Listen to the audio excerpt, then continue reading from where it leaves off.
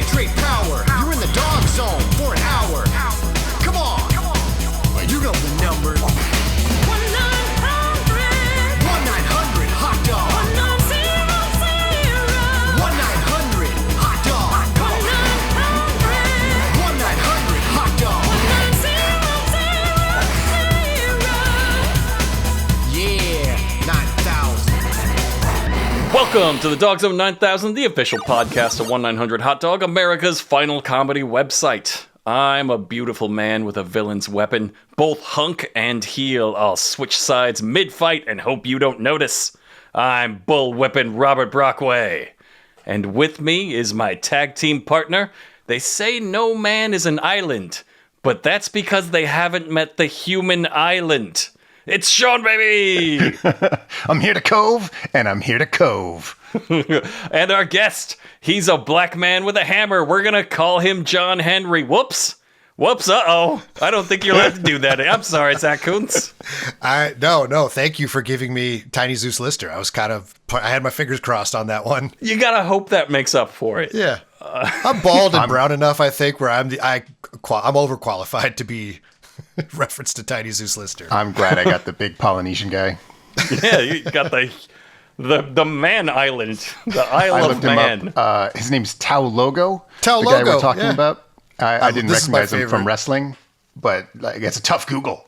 Yeah, because there's things that are named It's a Warhammer Tao that have faction. logos. Yeah, and it's also a Warhammer faction. And somebody had a screenshot of it. It's not that way now. Somebody went in and fixed it.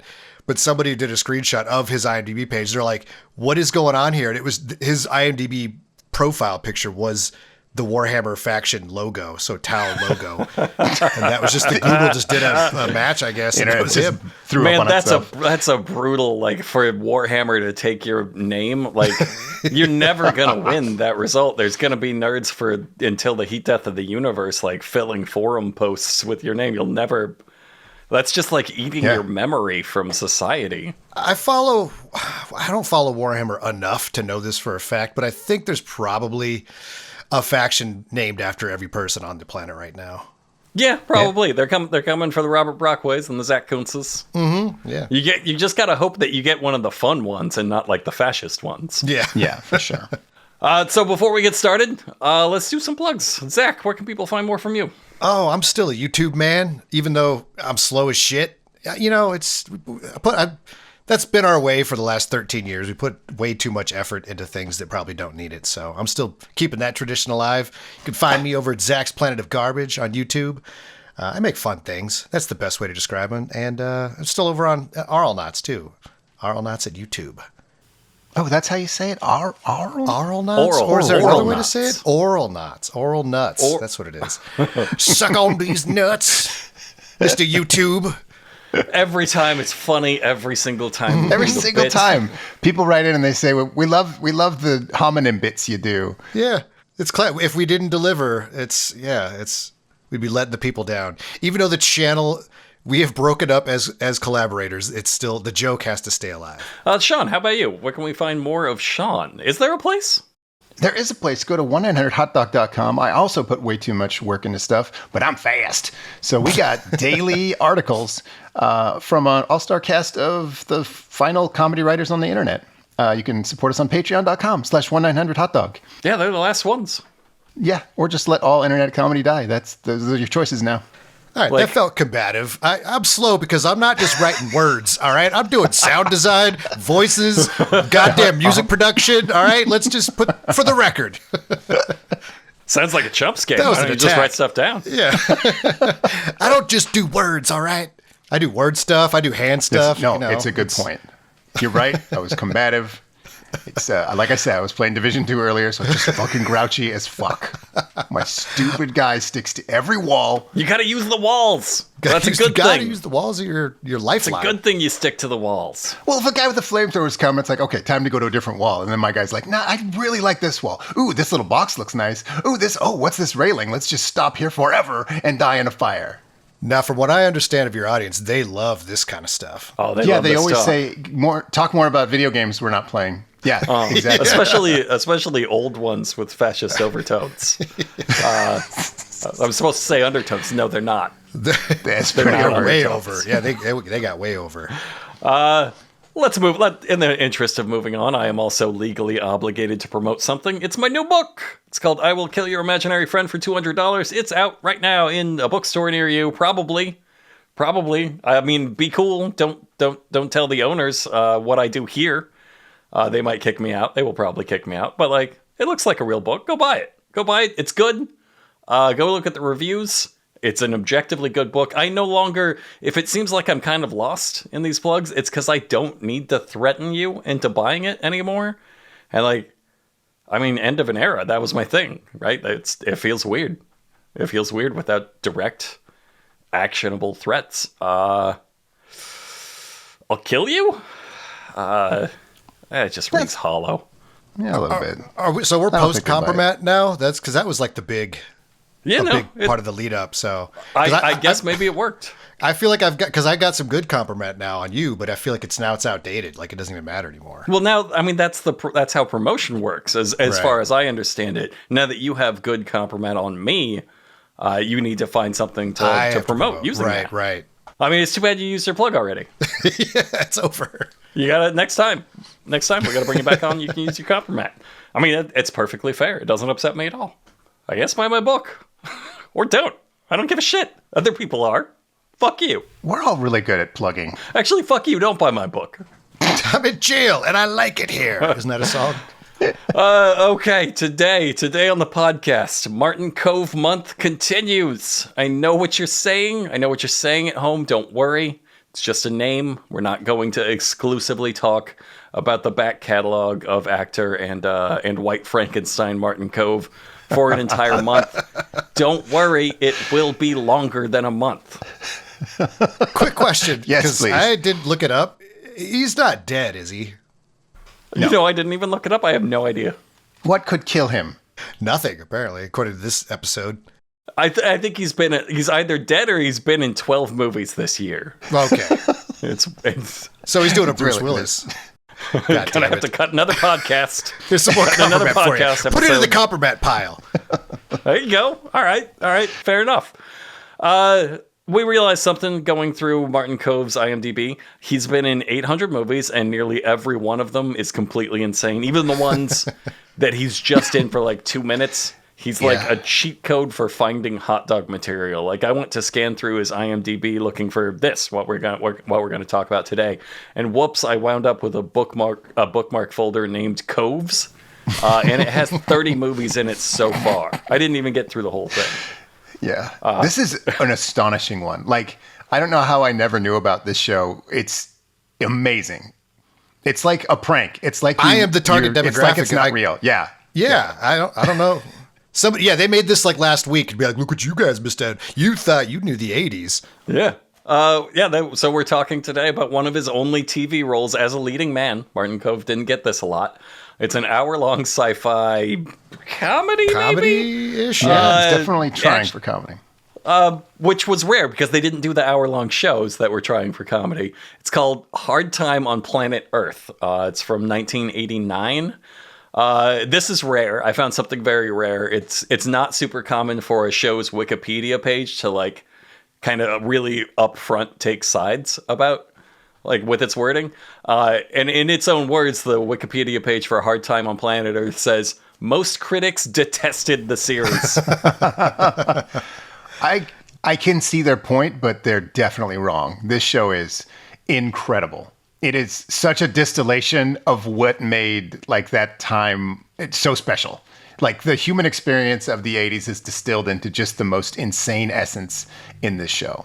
Yeah, from the makers of Predator. From the makers of Predator? It's Yeah. like the producers or No, something, it's right? the writers of Predator. It's Amazing. incredible. They're two brothers. They wrote Predator. They did this immediately after. We had two things in us. It was Predator and this. Both equally crazy. important stories that like, Both tell... masterpieces in very, very different ways. Yeah. And it almost makes me wonder if Predator was supposed to be a comedy. Oh, shit. He came to Earth a fish out of water. Just trying to make some friends in the jungle. He's got a little guy on his shoulder that tells him what to do. Yeah. Yeah. Oh, wait, no, it's a laser. It's got a laser on his shoulder. It tells other people what to do. That's right. That laser does have a personality, though. Yeah. Yeah. There's not a lot of this show. Hard Time on Planet Earth only lasted about 13 episodes. It was a mid-season replacement, and they did not continue it for the full season. You say only 13 episodes, but that is an incredible run for what this is. That's one episode longer than a long series today. Yeah. It's one episode longer than probably your favorite series will ever get. That's, I think, more than 4 times the number of Mr. Bean episodes. Yeah, it's enough to make an impact, and this apparently did not, because none of us had ever heard of it. And that's particularly insane, because as I was going through the episodes looking for something to talk about, like, which one's the best? Which one's the best? One of these episodes is about our favorite hot dog trope, which is the professional wrestling episode. Yes. Every show in the 80s had a professional wrestling episode. It always ruled, and it was a complete disaster because they can't act and they're maniacs. But not only that, it's a professional wrestling episode to save the local rec center. I mean, it's a halfway house in this one. It's so Yeah, they're not 80s. breakdancing here. These are reformed criminals. Yeah, they're like in the middle of the script. They're like, "We gotta save the youth center," and the other writer's like, "No, I guess the writer of Predator." The other writer of Predator said, "What? There's no youth center." And the first one said, "Dude, I'm pretty sure there's a youth center." Like, all right, fuck it, I guess. Professional wrestling to save the halfway house for young criminals, reformed criminals. Is Turn what them we're into doing violent here. entertainers, yeah. And it doesn't even stop there, because the theme of Martin Kove's wrestler that he becomes in this episode is that he was a hot dog seller pulled into the ring. Both the name of his wrestling character and this episode is the Hot Dog Man. It's the best. He's a fish out of water playing a fish out of water in like a second abstraction of reality. It's so fucking great. In a break into Electric Boogaloo, but Yes. instead of breakdancing, violence Yeah. for criminal children. And they add another layer because he is also an exiled criminal space warrior Yes. on probation. So he's in this Okay. halfway house now. I don't this is his know. I don't Phantom know why Zone. you're bothering. Why are you even bothering to talk about it? Like, it's entirely unnecessary. The penalty for rebellion against the Council is termination. But because of your heroic services as a warrior, you were exiled to the primitive planet Earth, there to dwell in human form until you learn to restrain your hostility. This control unit will monitor you. Hostility? Not good. The sentence is passed. Fuck yes. Yeah, Oh, you did let the theme song play out. The music. it's just instrumental from there on. That's my favorite thing, where every episode opens with a little bit that just explains the whole premise, and then you jam. And you just fucking jam. They tried to explain the premise of this particular episode, and so all they did is show all these maniac wrestlers like pumping iron and cracking bullwhips and like doing moves on each other like in a colorless void, while like there's no sound. It's just instrumental music, no thumps, no grunts. It's so fucking weird. Like all the choices they made. This is like how you'd explain the setup of this episode to like an ISIS prisoner or somebody who like doesn't speak English, and you're trying to like frighten them. They also do like multi-panel frames. Like it's just the same shot, triple take, with like of just hard men getting harder. Yeah. They could have just said, Martin Kove could have walked in and said, "Oh, Pro Wrestling Arena. I am here to fuck around here." But instead, they're just like, what if we just showed 5 minutes of random wrestling shit with no One guy with just like no sound? throwing a tantrum in a locker room. It's just, some of that shit gets weird. It's super weird. So this takes place at a local wrestling arena. What they think a local wrestling arena is very interesting to me, because they have 4 wrestlers. They were able to hire 4 wrestlers for this show. And they decided that every single match is those exact same 4 wrestlers on a tag team against each other every night at this arena. Nothing else. They have wrestlers in residence, and 4 of them, and it's the same lineup every single night. They have more hot dog vendors than they have wrestlers, and they have more wrestlers than they have audience members. It's just a business failure from top to bottom. Honestly, Yes. that sounds like most local wrestling shows. So that's how we see Martin Kove. They introduce these 4 wrestlers, one of which is Tiny Lister, just with a hammer. They're like they call him John Henry, the steel driving man, like that's his gimmick. But you could, I think it's plenty of a gimmick to just say Tiny Lister's got a hammer. Uh-oh. Yeah. He just did. Either No Holds Barred already happened or was about to happen. So Zeus was like fully baked and out of the oven at this point. Yeah. Yeah, and they It have was around that same time. What was his name, Sean? The actual wrestler's name? The Polynesian guy? Oh, Tau Logo. Tau Logo. They have the Human he's dressed Island. exactly like a Polynesian wrestler. He's like got the pregnant woman yoga pants pulled high, wild hair, bare feet. You know what he looks like. They have the bullwhip guy that's kind of a hunk and also a heel as a bullwhip user, and then just a generic generic face guy comes out, and they all wrestle. He's got kind of like a California Latino thing going on. Yeah, well, he's just, it's clearly like he's the wrestler that just goes by like a normal name. Yeah.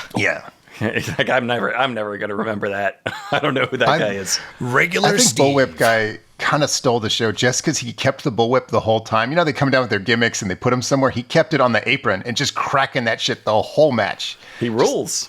And the other thing I love about this is the matches aren't really super front and center. Like they'll start happening and then the show will cut away to, Martin Kove talking and doing something else. So the wrestlers were just kind of goofing off. But if you pay attention, I'm pretty sure several of the wrestlers switch sides on their tag team. So they'll just, like, Bullwhip guy will be fighting the Polynesian guy and then they'll be on the same side. And you're like, you didn't give the wrestlers like choreography or anything. You're just like, get in there and wrestle. Horsing around over there. Yeah. So probably a new match. They're like, all right, new match. Just everybody switch sides. So you're the only four guys that wrestle in this league. So we do meet Martin Kove with a fleet of hot dog sellers, like 12 hot dog sellers, enough to need a manager who is a troubled teenager from this halfway house. And Martin Kove somehow got a job as a hot dog seller for troubled children. I appreciate the brevity of the show. It's like, just don't even think about it. He's a fucking hot dog man now. Anybody can get this job. And he is, when I say that he's doing that fucking, I do not understand your earth ways. Oh like my God. Every goddamn thing anyone says to him is a 5-minute misunderstanding. So They like, hey, overtuned his fish out of waterness. Yeah. I've got a clip, of course, to give you the vibe. Yeah, here's Martin Kove as a hot dog man. Problem? What's the name? Hot dog. I've had them before. Great. This green substance, it does not taste good with these little tubes of meat. Relish. That's a very big item here. It's free. Grunt in silence. Ugh. Yeah. So he has to learn what hot dogs are. Like, no, dude, you're fired. You're not legally allowed to handle the food, man. No, yeah, the kid asks him his name and he says hot dog. Hot dog. Yeah. Oh, my name's Hot Dog. That's not a star man. Yeah, that's You're not doing a star man. man. You're doing like a special star man. You're doing a riding the bus with my sister star man. Based on what they've given us, they probably have to explain like what a spoon is to him that he uses to scoop fucking ingredients, like what walking is. Like he doesn't know shit. He's like sucking the blood out of half these kids with some sort of. So like we've seen his Earth adventures enough that he should at least have a name. Agreed. Yeah, Was and he it does. 2008? He's been doing this for fucking 8 hours of TV. He's like still like, come on, man. I don't know what a name is. Yeah, his name is Jesse in the show, and he does say that later. But like when asked for his name, this is the first thing we see in the episode. Which remember in the 80s, like you did not see stuff in order. You're like, I'm gonna catch an episode of the show, which is why they kind of had to be self-contained. So the very first time you see the main character on screen, he's asked his name and he says Hot Dog. Like, what the fuck? This guy's name is Hot Dog? I think it's really efficient. Like everyone knows he's an alien. Like it's stupid that characters in the show don't know he's an alien. Like, oh, I get what you're doing. You're like doing an alien thing. You're fucking. This is your Phantom Zone. You're fucking. He's doing a prisoner here because of a full does not compute computer thing. Yeah. So Martin Kove goes out to the audience to sell his hot dogs. And it's supposed to be antics. He goes out, he's getting a hot dog prepared for a customer. He's eating the hot dog himself. The customer's getting mad. He sprays mustard all over the customer. And you're supposed to be like, wow, waka antics here. But then because it's Martin Kove, he leans in and says, the relish is free in the most menacing fucking way. Yeah. And this guy doesn't fight him because it's Martin Kove. Like, this guy's going to fucking kill me. He has resting murder face. Yeah.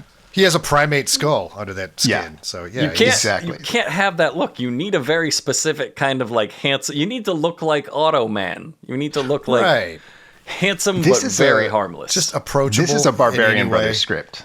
That's who they wrote this for. This should have been two buff barbarians. He's so anti-antics. It's frustrating. So he sees the wrestling match in the actual ring with two of the wrestlers ganging up on one. So he leaps into the ring and he uses his alien strength. We learn about his alien strength here to just completely destroy the wrestlers. Like the first thing Tiny Lister does is slap his little hot dog hat off, and that's the only move anybody will get in is the little hot dog slap. And then he just demolishes them all in a superhuman way. Yeah, he rips apart Zeus's hammer. Like, so I was like, yeah, was it supposed to look that easy? Is it? Did he just did he break kayfabe and reveal to the audience that this was a fake hammer, or did he destroy a real hammer? That's how I took it. And then it seemed like, no, I don't think that they wanted it. I think it's supposed to be super strength. But also he's here for to learn how to not do violence. And the first fist fight he sees, he's like, oh, I'm jumping in this shit.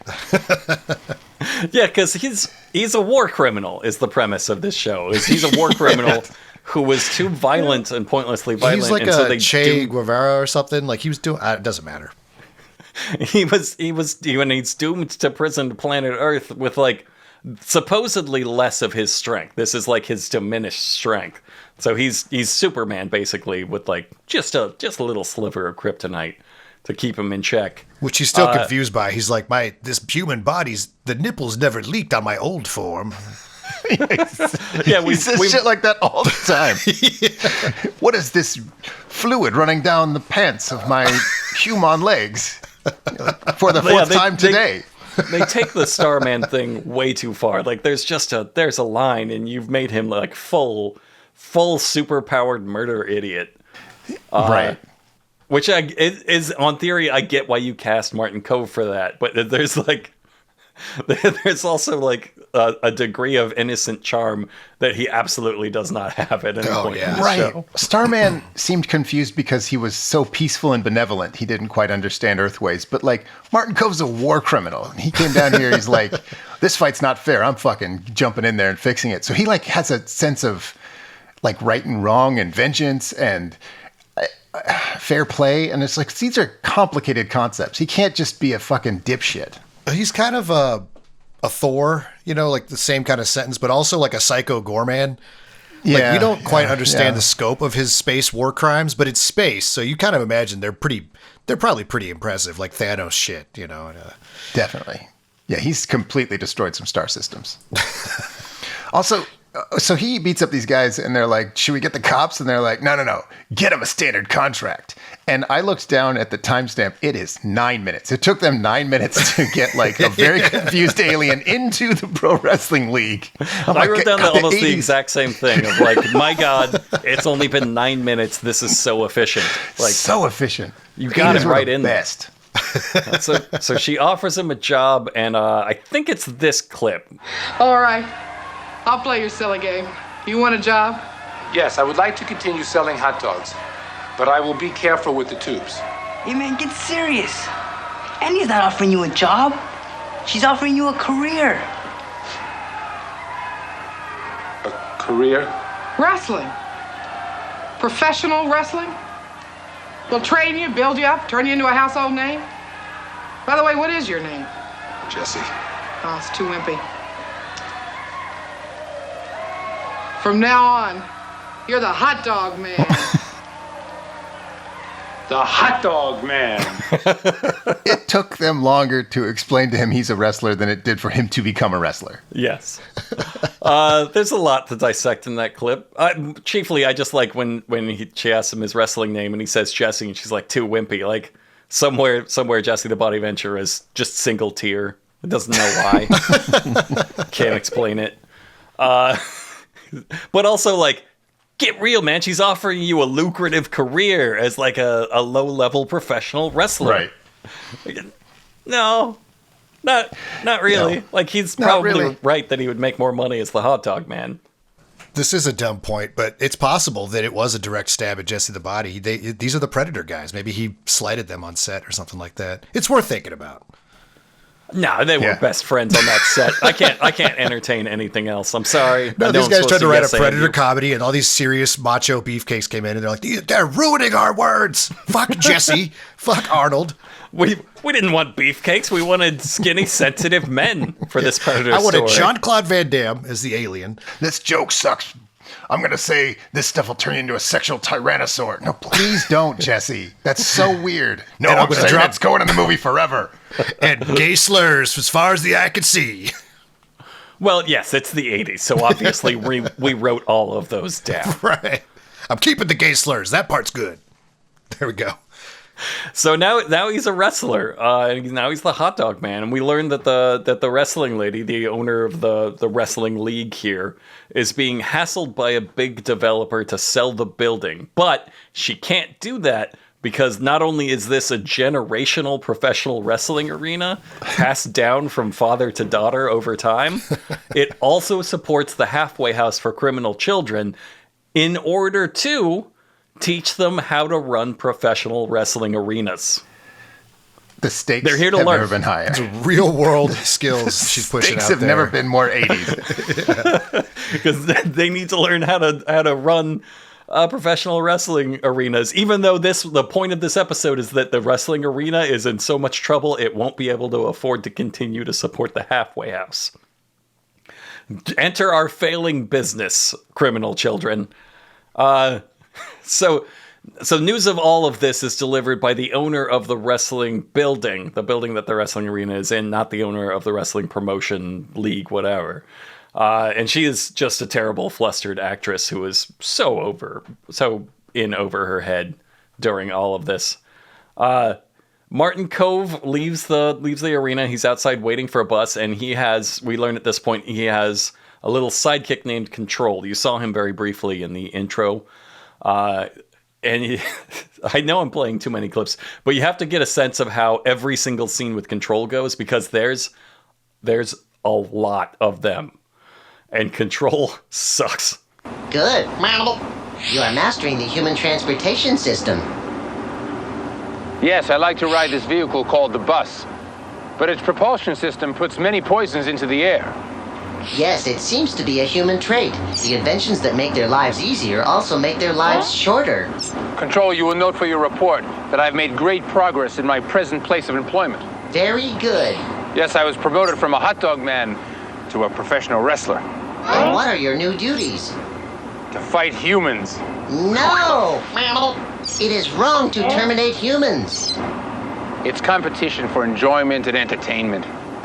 We don't fight to the death. Then why bother? It's called sport. I will investigate this thing called sport. Just fart. Fucking wrote Predator, and he thinks they don't have sport in space. Come on. It's just always to the death, I guess. That's the major difference. Yeah, he has to understand. He totally understands murder and war, but then he's like, no, there's a way of fighting where you don't kill the opponent. It's like, our society must learn of this. I do appreciate how Control also understands the finality of violence, even though he's supposed to be like keeping him in check. Right. He's like, no, you can't fight. He's like, these guys don't fight to death. He's like, wait, what? Why would you? What other way is there? What's the fucking point of that? Yeah, even man? the pussy robot is like, guys, come on. So it's like his comic foil. It's also his alien parole officer that he has to report to. Right. And it's constantly, and it's a Teletubby. Yeah, it's a testicle. It's also a floating testicle. Just a floating testicle. That's in my notes for sure. And it's constantly farting. It's constantly farting and warbling.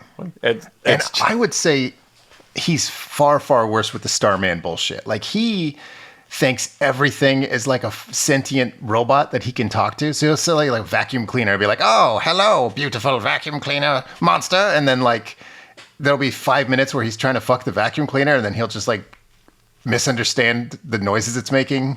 I'm also not even sure what happened there because it did seem like he was getting some feedback from the vacuum. He like learned something from it. Like it's like, wait, can he speak to machines? What the fuck is going on here? It's really confusing. So he Control flies off to do a bunch of bits that we will get very sick of, where he tries to learn about sports and life by talking to machines. Meanwhile, back at the wrestling arena, all of the wrestlers storm the owner's office to demand they be allowed to kill Martin Kove. That's totally the demand. This unscripted asshole came in and like handed out real beatdowns. Fuck that guy. But she tells him that no, he's the key to getting them a TV deal, right? Like that's the whole point of this, is that they're going to get a TV deal so that they can display his amazing strength and abilities. And so they jump into a training montage where Martin Kove is like, "Oh, I'm gonna take some hits from these wrestlers," but obviously it doesn't really affect him, and he displays his crazy alien strength, falls for all of their tricks, becomes an unstoppable wrestling machine in like 90 seconds. Yeah. It's 500 push-ups, rips a heavy bag to pieces. They do a pretty good job of displaying his like killing potential. Yeah. They do a move. It's one of my favorite 80s moves. No one ever does it anymore. Where a guy's on the apron holding the ropes, and then you go over and you grab the ropes and like crank the ropes, and then the other guy's like, "Oh no!" and he gets pulled into the ring like with a front flip because he like didn't know to let go while you were pulling on the ropes. And no one does it anymore. I love it. They do all kinds of 80s moves they don't see anymore. Like later in the show, he does a slingshot, which is when you grab a guy by the ankles when they're on the ground, and then you like fall back, and then they jump into the sky for whatever reason. And they do that, and they throw him onto another person, and then they do a what do you call it? An airplane spin, where you just spin around. That's the spinny one, right? Okay, yeah, I was gonna. Yeah. Is that the same one where the guy picked him up like a baby, and then he grabbed another man's head with his feet, and then rotated both of them? Oh no, that's a that's a move, right? Leg scissors that's the Rockabye Baby, the classic, the Rockabye. That's the leg scissors takedown, which is another very 80s movie. All the moves in this are so fucking like of their time. I love it. And just I have to take it back a little bit because I need clarification, but I think the listeners might too. But so the halfway house and the wrestling promotion are connected. The hot dog manager boy, for sure, is like a former criminal he's being rehabilitated. Are the wrestlers too? Is this like a fast track to like society where you got to like no, they're go through her criminals. wrestling promotion? They're not reformed at all. Okay, but are they convicted criminals that have been sentenced to the halfway house? No, I think they're just like local scumbag wrestlers. Okay. Because the show would have been way more fucked up if she was just like, "Hey, listen, wrestlers that have to do whatever I say because your legal rights depend on it. You have to let this alien kick your ass." No, I think they're there of their own free will, as much as they could have it with. So as far as the show's concerned, the only person in this halfway house is this kid that she's like legal slavery. Yeah, he's a representative. He's the ambassador to all criminal children, representing their concerns in this show. But now Martin Kove knows. He knows that he's a perfect wrestler, and the wrestling is the only way to save the children. So he leaves the arena, and he finds, I'm going to use some heavy air quotes here, 2 thugs beating up a classic 1971 Mustang with baseball bats. I know. It's adorable. Criminal. Yeah. It's the wimpiest. It's like they clearly did not have permission to damage this car. So it's filmed from very far away, and they're using like what look like foam bats, and they're just very gently setting them down on the windshield over and over again. To where when I first saw it, I was like, man, what are those guys doing out there? Like I had no idea that's what this was supposed to be. It kind of works once you know the twist, but it's when you first see it, you're like, this is very poor. Just limp-wristed, low-energy windshield bashing, and the owner of the building, the one that delivered the news to the wrestling lady, she's inside the car, passed out, and you assume like, oh, they beat the shit out of her. No. Martin Kove runs in and saves her, and it cuts to her the next day, and she's just got like a blanket and coffee. She's not hurt at all, And then she explains specifically, those men never meant to hurt me. So were you just blackout drunk in your Mustang and they came along? Like, She just had why it was sober she up before she could drive home. Yeah. just passed out in being the parking lot of the responsible. wrestling Yeah. arena? Yeah. Good on her. I like how the show is so stupid that you're like, oh, this is just bad decisions and bad acting. But no, it's a clue. These types of 80s shows that you guys cover all have the same problem where they just get too deep into the twists and the plot contrivances. You're like, what? None of this needed to happen. But whatever. We're here. We're in it. So, well, she explains that this has all been a threat by the developer trying to buy the building. And like they decide the whole business, it all relies on Martin Kove now. It all depends on the hot dog man landing them a TV deal, which they don't have in the works.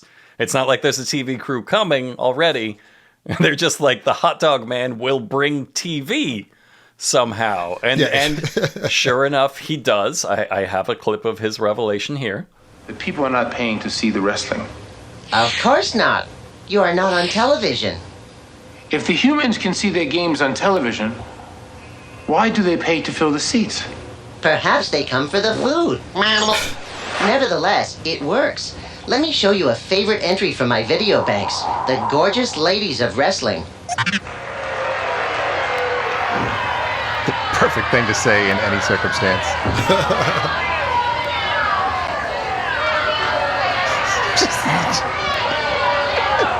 Let the kid play, yeah.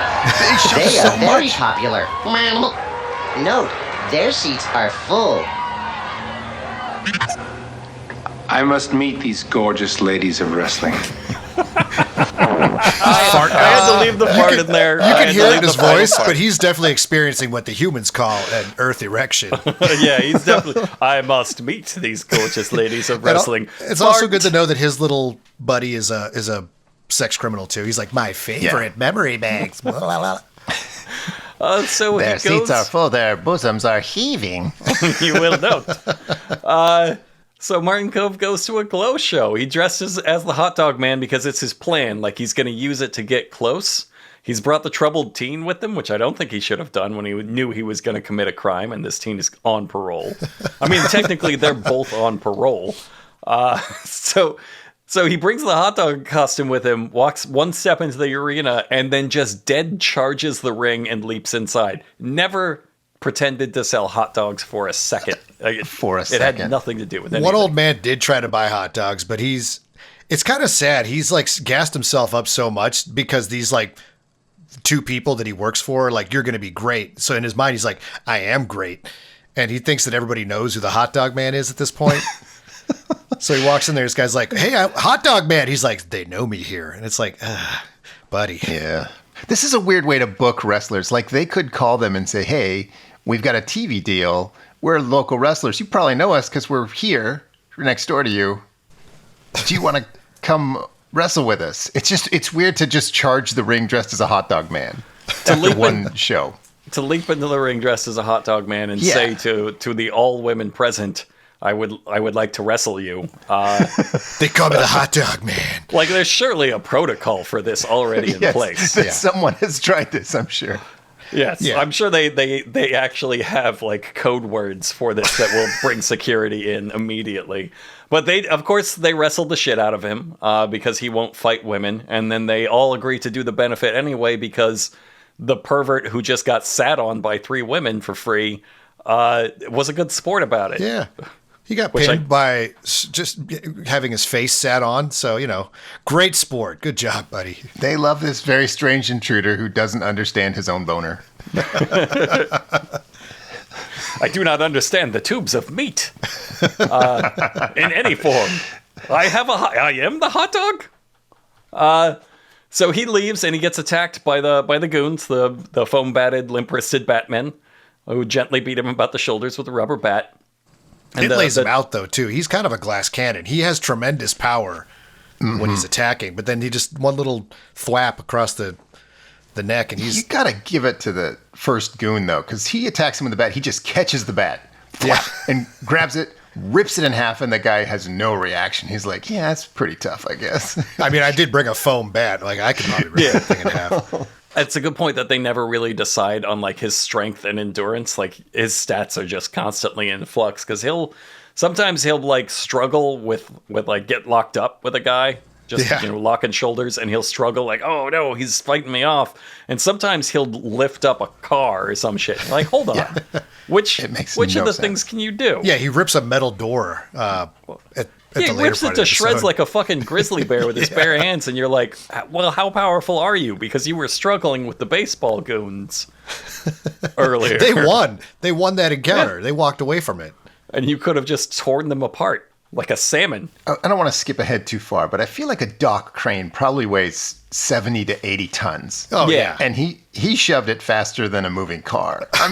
That's Hulk strength. That's not clearly, even the thing. That is Hulk.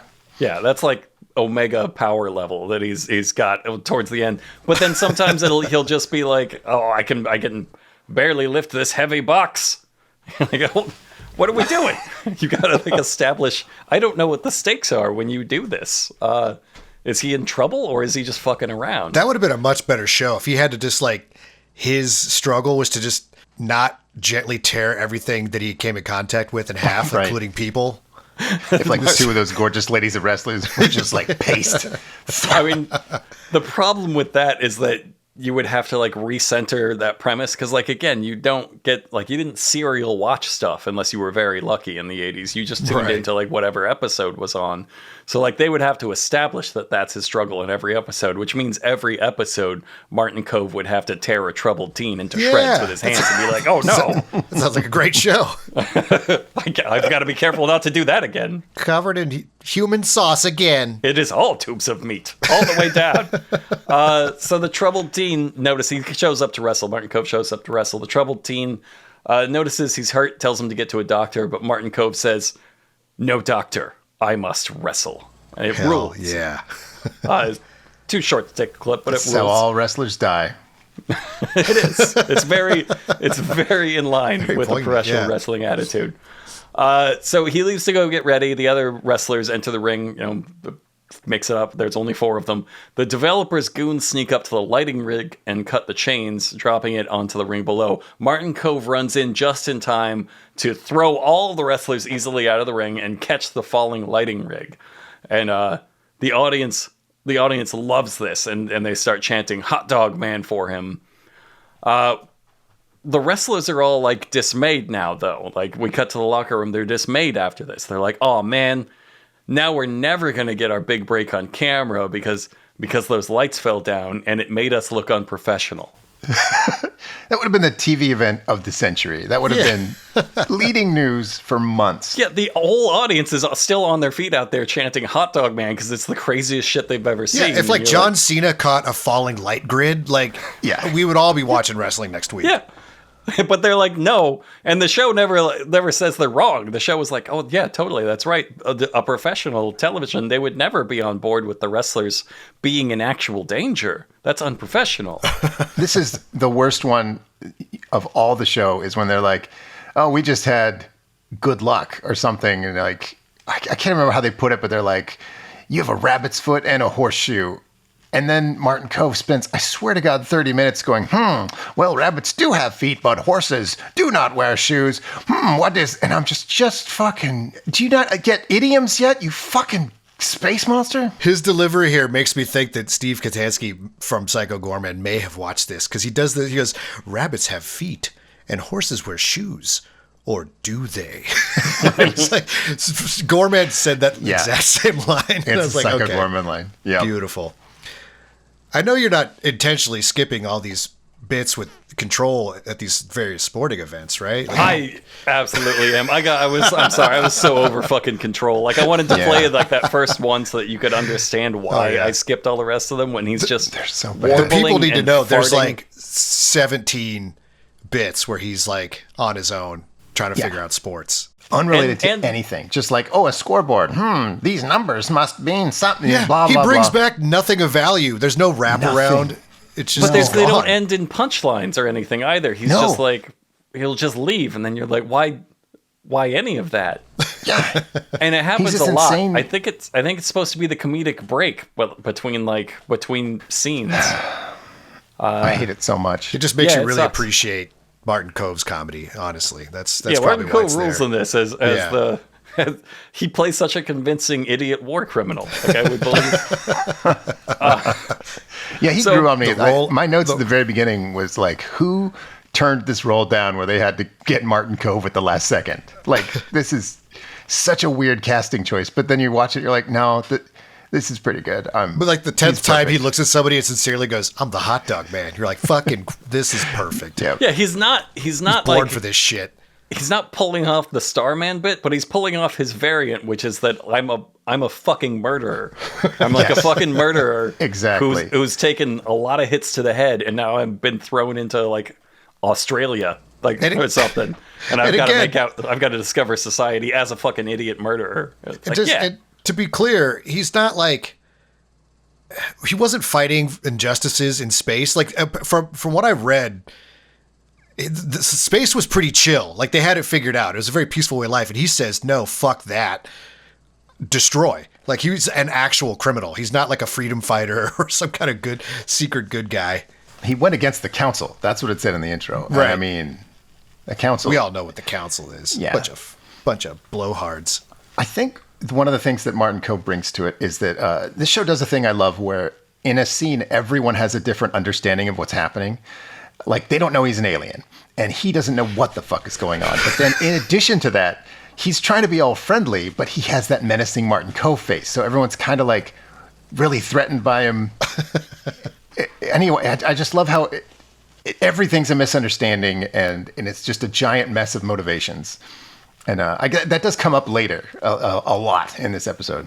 well, that comes up really quick because his next thing, he goes to confront the developer, and he's like supposed to be really charming the secretary, and what he does is he leans up and he goes, "I am the hot dog man." And you're like, Which is a crime. That's a full-blown crime. Yes. But it works. She calls the developer, which, like, the next step to that is not better call the boss and make sure he's not expecting this pervert. It's like, no, get security out here. When she calls the developer, and everybody involved, and this takes so long, this chain of wacky misunderstandings, they think, like, hot dog man, what he really meant to say is he trades in pork belly futures. Right. Like, no, he didn't fucking say that. Nobody said he said that. Yes. So the secretary thinks he's a maniac. He is an alien. Somebody else thinks he's a trader, stockbroker, a pork belly a stockbroker. Nobody is on the same page, and it's all kind of coming together to create this, like, I don't know, beautiful madness. There is a bit here, a Starman style bit I genuinely like, where the secretary brings him coffee with sugar and cream, and he puts the creamer container and sugar packet into the coffee and hands it back to her. Solid, like, nobody even says anything about it. It's just like, puts it in there and gives it back. She's like, it was great. What the fuck? Yeah, I appreciate that she didn't be like, no, you have to put it. Just full unspoken weirdness. Yep. But he's got like the doofus confidence because he can't know that's right. He can't even possibly believe he did that right. But he's so sure. He's so sure he nailed it. That's what I'm saying. Like, he's not doing a fully in control of his mental faculties, Starman. Like, there's another Earth test conquered. He's got a little something else going on. Nailed this front desk interaction. I don't know if you said it, but he's here because this is the rich guy that was originally trying to buy the property that all the thugs he's encountered says they work for. So he's like gone in direct confrontation. He went straight to the top. I make my own luck.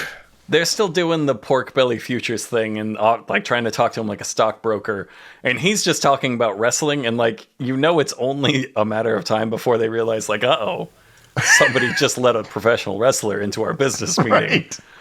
If he's lucky. Yeah, they're like, no, somebody let a psycho into our fucking business meeting. Not a single character knows what's going on.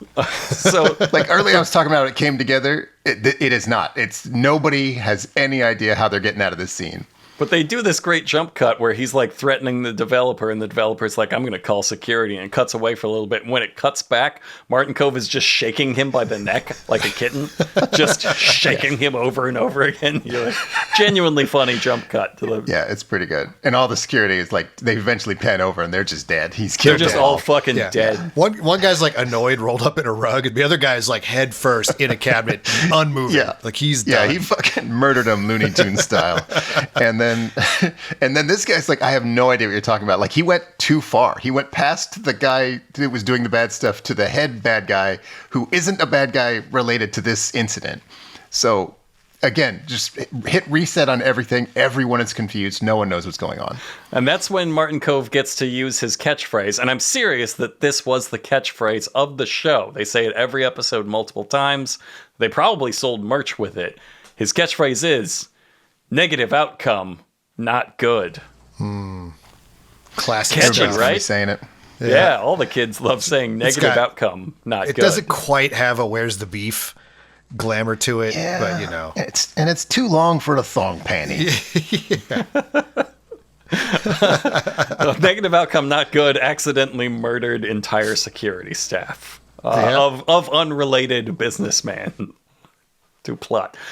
So we'd see the owner lady, the lady that owns the building, not the wrestling lady. She was the drunk in the Mustang. And we see her conspiring with the goons. So it's them. They're trying to force the wrestling lady to sell.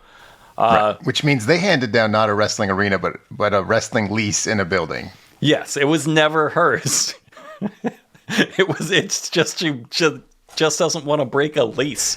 Is the stakes of this? Fucking what? You could just evict her.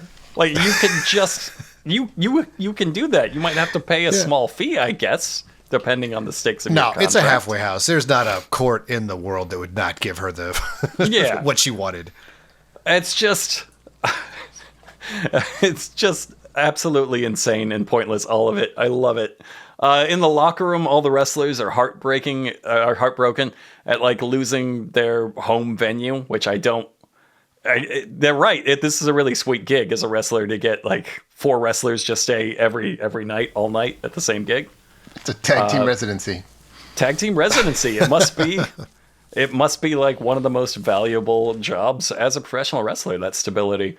So Martin Kove comes back. He tells them the developer actually isn't the bad guy. And they set up a trap, right, for the goon who wants them to sign the papers.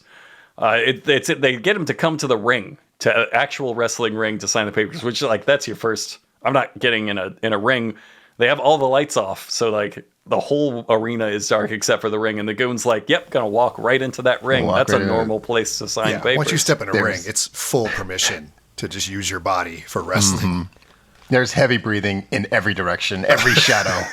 The rippling of beef muscles.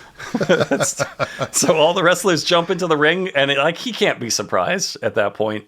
Like, if you walk into a darkened arena and there's just huffing and puffing going on, you jump into the ring, you're like, I hope some beefy boys slam me around for a while for free.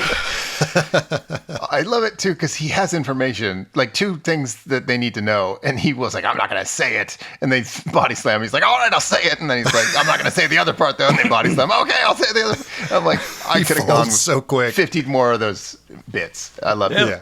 They just take turns body slamming the information out of him. It turns out that the owner lady and the rest of the goons have taken the troubled teen hostage, and they've taken him to a warehouse down by the docks. There's nothing to do with the docks in this episode. It's nothing like they just knew. It's the 80s. You got to go to the docks. They knew. The docks. Yeah, the you got to stakes go to the docks. They're so low. Nobody's going to sell because they know the scheme. They already told the kid, the troubled teen, that he can go. They're like, hey, you're going to kill me? Like, nah, dude. You could fucking go. What if you tell the cops, they won't believe you because you're a criminal? And he's like, didn't even ask you to come with us to the docks. Yeah. Like, you just got in the car. They don't even threaten him. They just say like, yeah, you can tell the cops. They won't give a shit. I mean, correctly so. She goes, you're a criminal. Who's going to believe you? Which is an 80s way of, bitch. Of saying and here's something I definitely wouldn't have noticed if I saw this as a kid, is that this is like a working union shipyard. So when they get there with the wrestlers, they spread out to find him. So I guess all these dock workers are in on the kidnapping. Like they're there harboring this like active kidnapping crime. For what, like a cut of an amateur realtor's commission on a deal that will never go through? It's no, they're fully absurd. in on it because as they make their escape, as Martin Kove and the wrestlers storm the docks and find them, they run past some of the dock workers and they're like, Tony, Kevin, get him. And the dock workers who were genuinely doing dock work are like, oh, okay, and like just try to get him. Fight Tiny Lister to the death. Yeah, and a guy with a whip. This lady's like, hey, I own a building a few blocks that way. If you see Tiny Lister, kill him with a chain. Yeah, you got it, lady. Fuck yeah. Then you get like as he's getting press slammed by Tiny Lister, you get a very much like, I bet you're wondering how I got here moment. Like it's these two fools. They get like torn in half and thrown into the ocean. And like, I know you've got good health insurance from that union, but it's not worth it. One guy got thrown in the ocean. We didn't see where the other one landed. I think one of them got... Yeah, the guy in the ocean got a beautiful slow motion death, into the water. The other guy just got tossed over a ledge never to be seen again. Landed. Yeah. The way that boat is situated, only one of those sides can be of the ocean, and they are thrown off opposite sides. Yeah, Zeus may have actually killed a real man. He did the wrong cue. Yeah. Oh, Tiny. Oh, geez. You were supposed to throw him on the other side. Sorry, I'm cross-eyed. I thought the crash pad was this side. What? That doesn't work for every situation, and you know it. I hope Tiny Lister's not listening. That's so mean. Well, he's dead now. Unnecessary dig. Oh, yeah. He's God, legit, that's even worse. I know that for a fact, yeah. I hope his family isn't listening. Oh, that's to our Jamie, cut all this. So here's to the scene. estate of Tiny Lister. I do not know these men. So this is the scene Sean was talking about, where like all the bad guys, the developer, they're the owner, they run into their car and they start driving away. And Martin Kove jumps down to like a 16-ton shipping crane, and just like with they show that he has no struggle, no effort. He just whips it across the whole fucking dockyard, and it just like it goes from 0 to 50 miles an hour. It outpaces this car that is accelerating. So he's the strongest creature in the universe, right. and just has not used his full strength yet. I want to remind everyone, he didn't have to do that. This car is driving away with two people whose addresses we know. Pick them up later. Like for all of... They didn't have the deal. That's what I was going to say. They did not... They didn't. This was not to save the arena. Yeah, they were like, we have to get that contract before they get to the judge. None of that shit. It's... Yep. Zero stakes. But the crane picks up the car, and that's kind of it. Martin, they come back and they're like, Martin Kove, you stay with us and wrestle forever. We have a 5th residency position. I guess it'll be everyone against Kove from now on. And Kove just like, he started this episode saying like, I have found a promotion in my career. This is what I'm supposed to do for my alien parole. And this is how the episode ends. I'm just gonna play it. I think you're making a big mistake, Jesse. She's right. You're a good wrestler. With a little help from me, the hot dog man can be right up there with Hulk Hogan. That would be good. Then stay. I have to go. Goodbye. My people need me. Other worlds to conquer, huh? Yes. Okay. That's it. That's it. End of show. Is it. He kind of like tries to pay lip service later when he's like, too many reporters, too many questions. Like, hold on. I straight up had to pause the show. I'm like, he's trying to keep this shit a secret? Like, he did 500 superhuman things today. Some of them on TV. Like, arguably the best place to do that would be in a professional wrestling ring where people would be like, it's fake. That's fake. They made that thing out of foam. It was light. But he's like, no. And then... I must go. He says, no, I must go. And they're like, oh, but please stay. We've made such a connection. And he goes, no. He's like, you see, I'm kind of a Bill Bixby. I got to keep moving. Like that's right. And maybe I'm like a fucking genius or something. But like, I watched the intro to this show. He's there on Earth to serve a sentence until he's not being violent. So he could have said, I can't be a wrestler. Like, it goes against my parole or whatever. Yeah. Like, no, he's like, no.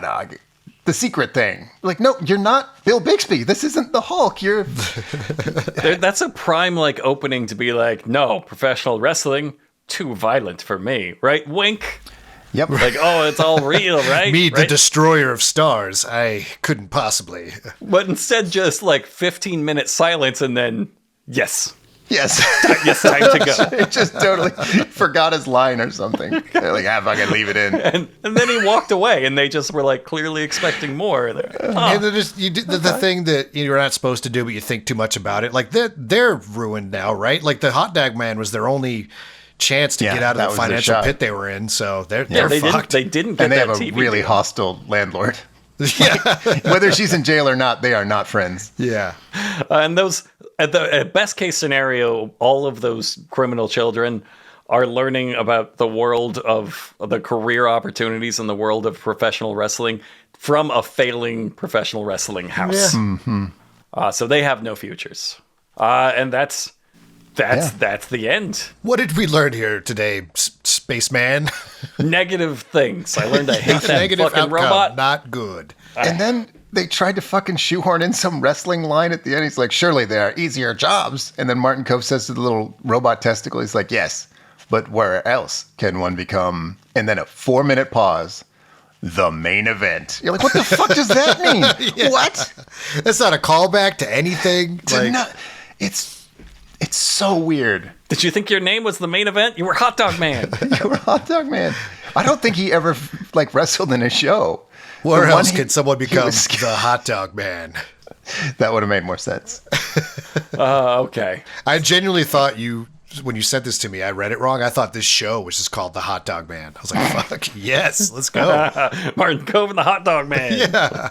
How did we miss this? I kind of blame the listeners and readers. Like, people send me cool shit all the time. No one has ever sent me a hard time on planet Earth in my entire life. Yeah, I'd never heard of it. I didn't know Martin Kove did a Star I should Man. be getting an know email that. about this every day. Yeah, and I see the top comment on YouTube is, love this show as a kid. You fucking liar. You liar. You didn't This watch it. didn't We didn't exist. see it. You didn't. Mid-season replacement, never in syndication or anything. Yeah. Like you had to be there watching for like a specific window of about 4 months, or you had no idea this existed. Okay, let's end. Einstein 100 Frankfurt. Einstein 100 Frankfurt. Unser Podcast genau. Und mit maximalem Schau. Sag Frankfurt Podcast. Korrekt. Ja.